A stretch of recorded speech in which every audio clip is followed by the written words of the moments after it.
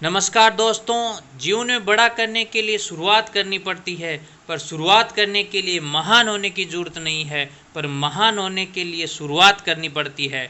इसी उद्देश्य के साथ मैं आज आपके लिए लेके आया हूँ राजस्थान जीके से संबंधित 20 महत्वपूर्ण प्रश्न। और अगर आपने 20 में से 15 से ऊपर प्रश्न सही कर दिए तो आपकी तैयारी सही चल रही है दोस्तों। अगर आपके 15 से ऊपर सवाल सही नहीं हुए तो आपको तैयारी की बहुत आवश्यकता है दोस्तों। तो करते हैं शुरुआत, बने रहिए वीडियो के साथ। पहला प्रश्न हमारा है,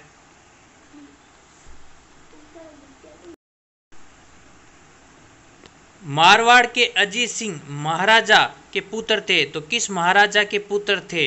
तो बताइए दोस्तों, पहले का क्या उत्तर होगा?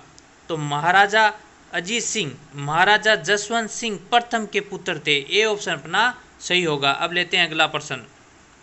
अगला प्रश्न हमारा है, निम्नलिखित 4 चौहान शासकों के कालक्रम के अनुसार व्यवस्थित कीजिए और नीचे दिए गए कूट में सही उत्तर चुनिए। तो बताइए दोस्तों, दूसरे का क्या उत्तर सही होगा? तो इसमें विग्रहराज चतुर्थ, जिसे कविराज भी कहते हैं, ये होंगे पहले।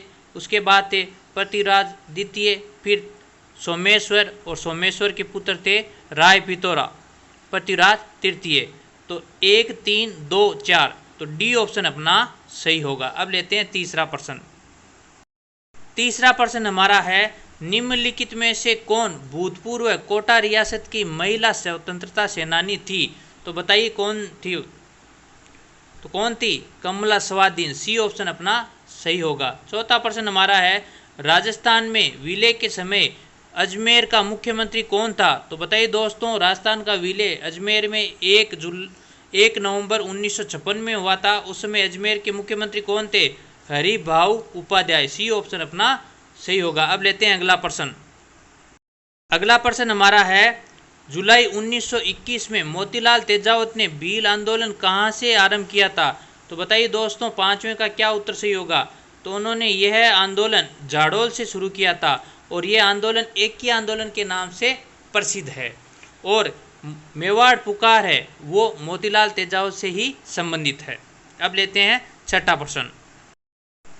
छठा प्रश्न हमारा है, राजस्थान का कौन सा जिला बेंटोनाइट का मुख्य उत्पादक जिला है? तो बताइए दोस्तों, कौन सा जिला है? बाड़मेर। बी ऑप्शन अपना सही होगा। अब लेते हैं अगला प्रश्न। अगला प्रश्न हमारा है, पीललड़ा लिफ्ट सिंचाई योजना अवस्थित है या कौन से जिले में संचालित है? तो बताइए दोस्तों, कौन से जिले में है? सवाई माधोपुर जिले में। बी ऑप्शन अपना सही होगा। अब लेते हैं अगला आठवां प्रश्न। आठवां प्रश्न हमारा है, निम्नलिखित में से किस जिले का वाटरशेड नीरांचल परियोजना के अंतर्गत आता है? कौन सी परियोजना के अंतर्गत? नीरांचल परियोजना के अंतर्गत। तो बताइए कौन सा जिला है दोस्तों? तो जोधपुर जिला है। बी ऑप्शन अपना सही है। अब लेते हैं अगला प्रश्न। अगला प्रश्न हमारा है, निम्न में से कौन सा अभ्यारण्य राजस्थान के धौलपुर जिले में स्थित नहीं है? तो बताइए दोस्तों, 9वें का क्या उत्तर सही होगा? तो रामसागर, वन विहार और केसरबाग ये धौलपुर में है, जबकि शेरगढ़ कहाँ पे है? 12 में है। तो डी ऑप्शन अपना सही होगा।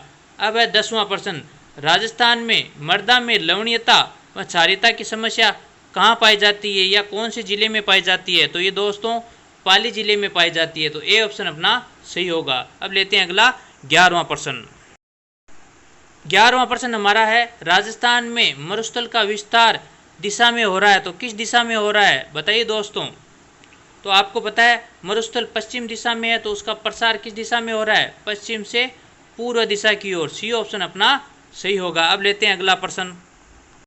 अगला प्रश्न हमारा है, कौन सी समवर्षा रेखा राजस्थान को 2 भागों में विभाजित करती है? तो बताइए दोस्तों, कौन सी समरेखा है राजस्थान को 2 भागों में बांटती है?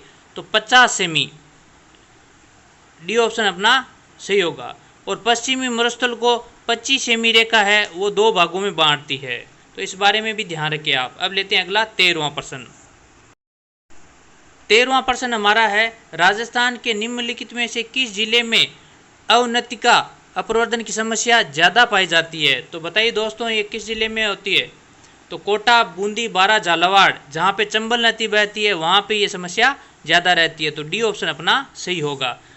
14वां प्रश्न है, राजस्थान के निम्नलिखित में से किस जिले में न्यूनतम वन आच्छादित क्षेत्रफल है। तो बताइए दोस्तों 14वें का क्या उत्तर सही होगा। तो इसमें बी ऑप्शन चूरू जिला है वो सही होगा। अब लेते हैं अगला 15वां प्रश्न। 15वां प्रश्न हमारा है, निम्नलिखित में से कौन सी राजस्थान की नदी बंगाल की खाड़ी के अपवाह तंत्र का भाग नहीं है। नहीं है बताना है बंगाल की खाड़ी का।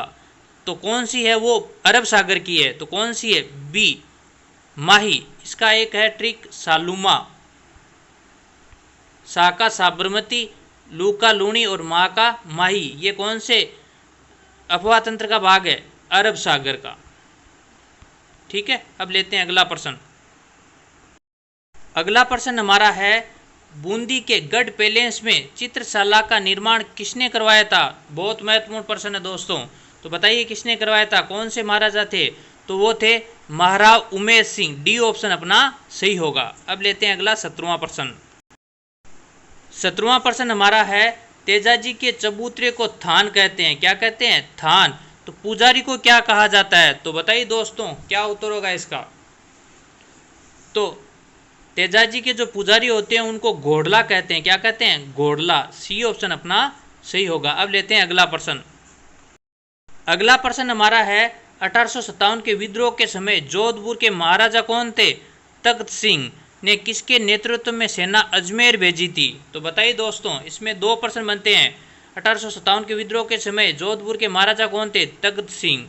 और राजस्थान के एकीकरण के समय जोधपुर के महाराजा कौन थे, हनुमंत सिंह। ये ध्यान रखना दोस्तों। तो किसके नेतृत्व में भेजी थी, कुशल राज सिंधवी की नेतृत्व में ये सेना अजमेर भेजी थी। बहुत महत्वपूर्ण प्रश्न है। अब लेते हैं अगला 19वां प्रश्न। 19वां प्रश्न हमारा है, भूप सिंह का संबंध किस किसान आंदोलन से था। तो भूप सिंह कौन थे दोस्तों, विजय सिंह पथिक का ही बचपन का नाम है भूप सिंह। तो विजय सिंह पथिक किस आंदोलन से संबंधित थी, किस आंदोलन से संबंधित थे, बिजोलिया किसान आंदोलन से। और यह किसान आंदोलन भारत का प्रथम संगठित किसान आंदोलन था। ये कब शुरू हुआ था, 1897 में। और कब तक, 1941 तक। 44 वर्षों तक ये आंदोलन चला था। अब लेते हैं 20वां प्रश्न। 20वां प्रश्न हमारा है, अकबर ने चित्तौड़ के दुर्ग पर अधिकार कब किया था। तो बताइए दोस्तों अकबर ने चित्तौड़ के दुर्ग पर अधिकार कब किया था, 25 फरवरी 1568 में।